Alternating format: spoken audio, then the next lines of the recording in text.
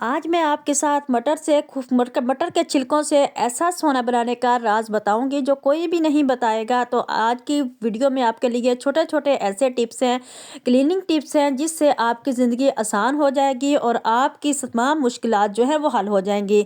अस्सलाम वालेकुम, कैसे हैं आप सब? जहाँ रहें खुश रहें, आबाद रहें। चलते हैं टिप नंबर 1 की तरफ। टिप नंबर 1 जो है वो इस तरह बनाना के छिलकों से रिलेटेड है कि जब भी आप बनाना लेके आए तो इनके छिलकों को आप कभी भी ना फेंकें। आपके घर में जब भी कभी पॉलिश ख़त्म हो जाती है और आपको कभी स्कूल के शूज़ जो हैं वो इस तरह से पॉलिश करने पड़ते हैं, तो इनको आपने किस तरह से पॉलिश करना है। पॉलिश जब भी कहीं आपको इमरजेंसी में ख़त्म हो जाए और आपके घर में ना हो, तो आपने इस तरह से करना क्या है, पहले आपने सरसों का ऑयल जो है वो शूज़ के ऊपर लगा लेना है। फिर इस तरह से केले का एक छिलका ले लेना है और इसको अच्छी तरह से इसके ऊपर जो है शूज़ के रगड़ना है। तो आप देखेंगे कि आपके शूज़ पे जब आप केला के छिलका रगड़ेंगे तो इससे इसकी इतनी शाइन आएगी कि जिस तरह आपने अभी भी इसको जो है वो किया है, पॉलिश किया है, तो इसकी जब शाइन आप देखेंगे तो आप हैरान रह जाएंगे। तो आपने केले के छिलकों को कभी भी नहीं फेंकना।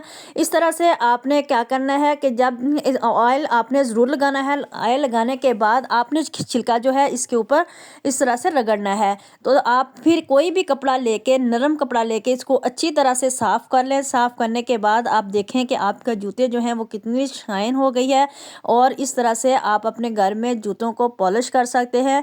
आपके घर में सबसे जो बड़ी परेशानी होती है कि पॉलिश नहीं है या कभी पॉलिश हमारे ख़त्म हो गई है तो अवेलेबल नहीं है, तो आप इस तरह से शूज़ को साफ़ कर सकते हैं। उम्मीद करती हूँ आपको मेरी ये टिप जो है वो बहुत पसंद आएगी। तो इसके तरह से इसके साथ चलते हैं टिप नंबर 2 की तरफ। टिप नंबर 2 जो है वो मोबाइल से चार्जिंग की रिलेटेड है कि जब भी हम मोबाइल को चार्ज करते हैं तो इसके बाज़ हमारे पास कोई इस तरह का नहीं होता जिसके ऊपर रखकर हम मोबाइल को चार्ज करें। तो आज मैं आपको बताऊंगी कि एक पोनी की मदद से किस तरह से आपने मोबाइल को चार्ज करना है। तो जिस तरह से मैंने आपको वीडियो में दिखा रही हूँ कि आपने पोनी को किस तरह से इसके ऊपर चढ़ाना है, इसी तरह से आपने इसको पोनी को मोबाइल के ऊपर लगाना है। फिर आपने इसको जहाँ से आपने इसको चार्ज करने वाली जगह जो होती है, इसकी पिन होती है, वो आपने इसके अंदर लगा देनी है। चार्जर को फिर आपने इसके अंदर लगा देना है। फिर मैं आपको बताऊँगी कि आपका मोबाइल जो है वो बिल्कुल आसानी से चार्ज भी हो जाएगा। आपकी कोई टेंशन नहीं होगी कि आपको मोबाइल चार्ज करने के लिए कोई परेशानी हो, कि आपके लिए कोई भी इसके लिए जो है ऑर्गेनाइज़र नहीं है। तो इस तरह से आप अच्छी तरह से अपने मोबाइल को चार्ज कर सकते हैं, या एक पोनी की मदद से ही आप बाहर कहीं भी जाएं तो अपने मोबाइल को चार्ज कर सकते हैं। जब कभी हम सफ़र में जाते हैं तो वहाँ तो हमें इस तरह की सहूलतें जो होती हैं वो नहीं होती, तो आप इस तरह से एक पोनी की मदद से ही अपने मोबाइल को चार्ज कर सकते हैं। ये देखें, अब आपने इसी तरह से चार्जर को पकड़ के तो इस तरह से वो लगा देना है, तो आपका मोबाइल जो है वो फिर चार्ज होना स्टार्ट हो जाएगा। इसी तरह से ये देखें, मैं जिस तरह से आपको दिखा रही हूँ, बिल्कुल भी हमारा चार्जर जो है वो नहीं निकलेगा और पोनी जो है हमारी इस तरह से बिल्कुल इसको पकड़ लेगी। दोनों चीज़ें जो हैं वो इसी तरह से हैं। आपका मोबाइल इसी तरह बहुत ही आसानी से जो है वो चार्ज हो जाएगा। तो उम्मीद करती हूँ आपको मेरी ये टिप भी बहुत पसंद आई होगी। तो अगर आपको पसंद आई हो तो आपने मेरे चैनल को लाइक कर देना है। लाइक करने के साथ साथ आपने इसको शेयर भी करना है कि आपको मेरी जो भी वीडियो जो है पसंद आए, तो या कोई टिप पसंद आए तो आपने ज़रूर मुझे कमेंट बॉक्स में बताना है। टिप नंबर 3 जो है वो इस तरह मेरी करेलों से रिलेटेड है कि करेले जब हम बाज़ार से लेके आते हैं तो जब हम इसको पीलर की मदद से छीलते हैं ना, तो इसका बहुत ज़्यादा छिलका जो है वो उतर जाता है। अगर हम इसको किसी और वजह से या किसी और चीज़ से छीलेंगे तो वो बहुत ही आसानी से हम इसको छील लेंगे। मैं आज आपको ऐसी टिप बताऊंगी जिससे आपकी ज़िंदगी आसान हो जाएगी और आपके करेले के छिलके जो है वो ज़्यादा नहीं उतरेंगे। आपने इस तरह से क्या करना है कि बोतल की ऊपर वाला पार्ट जो है वो ले लेना है, उसको कट कर लेना है। कट करने के बाद फिर आपने इस तरह से करेले को छीलना है। आप करेले को भी इस तरह से छील सकते हैं, गाजर को भी छील सकते हैं। तो बहुत ही आसानी से आप करेले को इस तरह से छील लेंगे। आपका करेले का बहुत ज़्यादा छिलका जो है वो नहीं उतरेगा, बिल्कुल बारीक बारीक छिलका उतरेगा जितना आप उतारना चाहेंगे। तो इस तरह से करेले बहुत छोटे छोटे होते हैं, बड़े करेले भी होते हैं, लेकिन मैंने छोटे करेले जो हैं उन वो लिए हैं जो देसी करेले होते हैं। तो इस तरह से अगर मैं इसकी मदद से उतारूँगी ना, पिलर की मदद से, तो बहुत सारे करेले जो हैं वो मेरे ज़ाया हो जाएँगे। आज बोतल की मदद से मेरे करेले जो हैं वो ज़ाया नहीं होंगे। देखिए आप किस तरह से करेले जो हैं वो जल्दी से छीले जा रहे हैं।